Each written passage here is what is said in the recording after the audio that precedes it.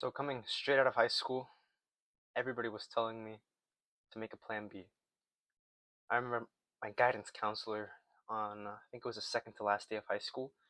She told me, "And what's your plan B if this business thing doesn't work out?" I told her I didn't have any. I I know a lot of people are against putting all your eggs in one basket, and to a certain degree, I am as well. As somebody that wants to get into investing, it's strict and it's very, very looked down upon that you shouldn't put all your eggs in one basket. But whenever it comes to you having a goal or a dream that you want to achieve, I've always thought for those who do have a plan B, it's because they don't have faith in themselves and they don't have the confidence that they can actually achieve this goal and this endeavor that they have. That's kind of why I never gave myself a plan B.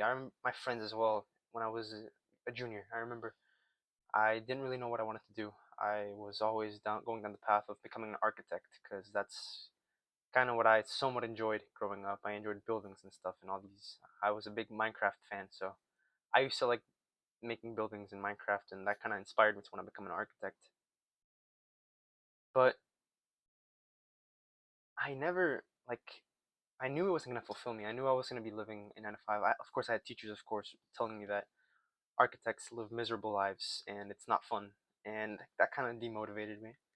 And another part of me wanted to become a professional soccer player. I always had some skills. I never good enough to go pro or go like super far, especially in the United States. It's super hard to go pro, but I never had the skills to actually make it that far. So the only thing that I had and a skill that I wasn't really aware that I had was business. Growing up, I remember I was about 8 years old. I used to sell candies at my dad's car lot. I used to like have a little stand. I used to just buy Snickers, like the fun size Snickers, and sell them for 25 cents each. And I used to, I know this is illegal, but I was a little kid. I used to go into cars and grab like stuff that was in the cars that I thought was of value, and I used to sell it. And just as I grew up, I think everybody has a little bit of a business person inside of them. They just don't really realize it. But growing up, I always liked business, but I never knew I actually liked it. I never knew like the history of business and like what business actually was. And it wasn't until junior year that I actually started getting into business and started learning about it and watching podcasts on it and watching videos, just intaking information about drop shipping, SMMA, fuck, everything you can think of, Amazon FBA, a bunch of bullshit. There's all these gurus that promise that their way is the proper way to make 10K a month in under 4 months. It's bullshit. Making 10K a month is. There are people who do make it in a relatively short amount of time. Those are unicorns in my opinion. But for the average person, getting to 10K a month is a process of trying different things until something sticks and something works out. Most of the time, you're not gonna succeed in your first like business that you want to try or whatever it is that you want to do. Your first one's gonna fail. For me, my first one that I tried was selling a missed call text back system. It failed. I have cold calls. Like if you look at my older videos, there's videos of me in school doing cold calls, offering the system and just getting hung up on.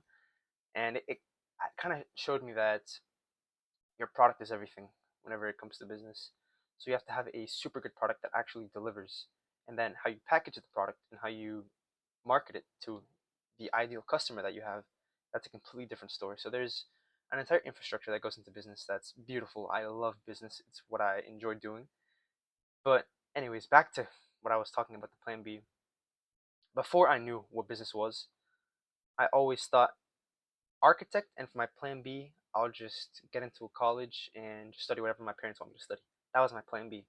But then whenever I came up with these goals of mine and this dream of me revolutionizing the business world and the marketing industry and just re- having a really big business and a really nice business that is morally correct and not just is successful, because there's successful businesses like BlackRock and there's these massive fucking businesses that control huge sectors of the world and our day-to-day lives.